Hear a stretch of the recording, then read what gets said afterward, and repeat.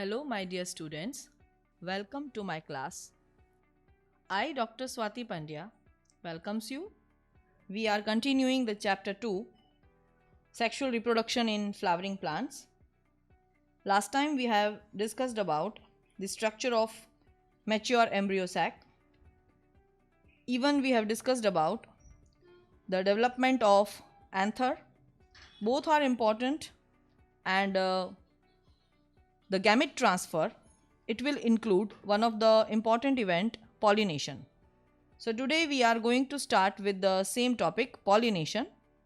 What do you mean by pollination? This word, actually it is familiar to you. In your primary standards, you must have read about it. So let us define the term pollination. It is the mechanism to achieve fertilization. So the transfer of pollen grains from anther to the stigma of pistil. The male gametes, they are transferred from the male flower part to the female flower part. Then we can define it pollination. Every flowering plant achieves pollination by different means. So now we will discuss about kinds of pollination. Depending upon the source of pollens, the pollination divided into 3 types. First is autogamy, and if we discuss this term, it means the pollination occurring within the same flower. So let's see how it occurs. Here the transfer of pollen grains from the anther to the stigma of same flower. So here important word is same flower. In normal condition, the flower it opens and exposes to anther and stigma. So completely autogamy is actually rare mechanism, but autogamy in such flowers, they require a synchrony. What do you mean by synchrony here? Actually, the pollen release time and the stigma receptivity, it should occur simultaneously. This is known as the synchrony, so that the pollination can be done. The best examples, they are pea plant, wheat and rice. So autogamy, it will result into the self pollination, because within the same flower the pollination that is going on, and generally they are genetically similar. They are genetically similar. One of the typical example which is showing self pollination, that will be seen in some of the plants like Viola, which is commonly known as pansy, oxalis and commelina. Now here we will discuss in detail about the commelina. Here it produces 2 type of flowers. So when you see the plant, it is shown here. When you see the plant, this plant, here 2 type of flowers, they are shown. One of the term is given chesmogamous flower and another is given clistogamous flower. This is clistogamous flower. So 2 type of flowers, they are produced. What is the importance? Let us see. The chesmogamous flowers, they are also known as open flowers. They are similar to flowers of other species which are having exposed anthers and stigma. But clistogamous flowers, they are not opened flower. They do not open at all. So they are completely closed flower. So 2 different type of flowers, they are found. Chesmogamous flowers, they are open, and clistogamous flowers, they are closed. Here the clistogamous flowers are invariably autogamous, as there is no chance of cross pollination because they are totally closed. So anthers and stigma, anthers and pistil, they are completely in contact with each other, and there is no chance of other pollens to settle because they are closed flowers. So actually this is a typical condition. Rather, I will ask you a question.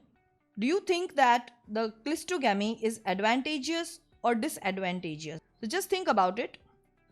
The other type of pollination, that is geitonogamy. Here, the transfer of pollen grains from the anther to the stigma of another flower. So, same plant but different flower. The condition changes a little bit. So, these terms are very important to remember. Minor difference is there. So, basically, it can be considered as cross pollination, but the transfer of pollens from anther to the stigma of another flower of the same plant. So, although geitonogamy is functionally a cross pollination, as I have said to you, it involves a pollinating agents, because the different flowers, they require some of the pollinating agents so that the pollens can be transferred from one flower to another. So, if we see the same plant but different flower, and here genetically it is similar to autogamy since the pollen grains come from the same plant. So, genetically they will be similar. Best example is cucurbita. Next type of pollination is xenogamy. Xenogamy is the third type, and it can be also considered as cross pollination, truly a cross pollination. Here, the transfer of pollen grains from anther to the stigma of different plant takes place. So, different plant and different flower. I have written in very short. You have to actually you have to describe it in detail. So, autogamy we have discussed. Then we have discussed geitonogamy, and here it is xenogamy. Xenogamy can also be considered as allogamy. The another term which is used, that is allogamy. And best example, they are papaya and maize. Have you ever seen these plants? Papaya and maize, they are having a typical separate male and female flowers. So, definitely for the transfer of pollens, they are requiring some pollinating agent, and they will prefer a cross pollination. So, due to cross pollination, they will be genetically different. Now, let us discuss about another topic regarding pollination only, some of the agents of pollination. There are different agents.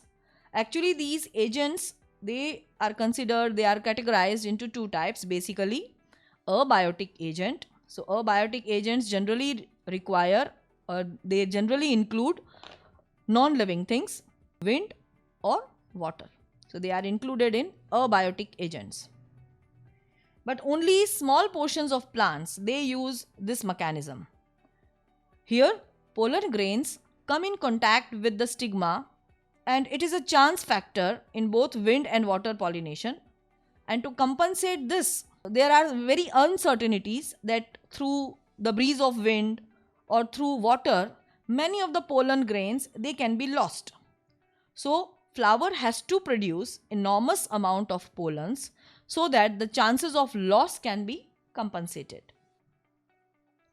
Then next type of agents, they will be biotic agent. So, biotic, as the name is telling us, it will include the living agents, living organisms like some of the animals like bees, butterflies, beetles, wasps, ants, moths, birds, even bat. In some of the species, bat is also involved in pollination. But generally, when we see around us, many of the plants, trees, shrubs, herbs, and beautiful flowers, always the beautiful flowers, they attract these animals for pollination, and for one or the other thing, the butterflies, bees, beetles, wasps, ants, they are attracted for nectar, or sometimes the pollens are edible.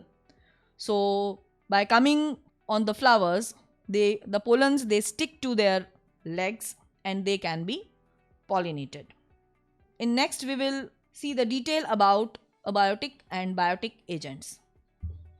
So, we are going to end this session, and next we will discuss in detail about these agents of pollination, abiotic agents and biotic agents. Hope you understood well. Revise all the topics, revise all the things. We are going to continue in next session. Goodbye. Stay home, stay safe.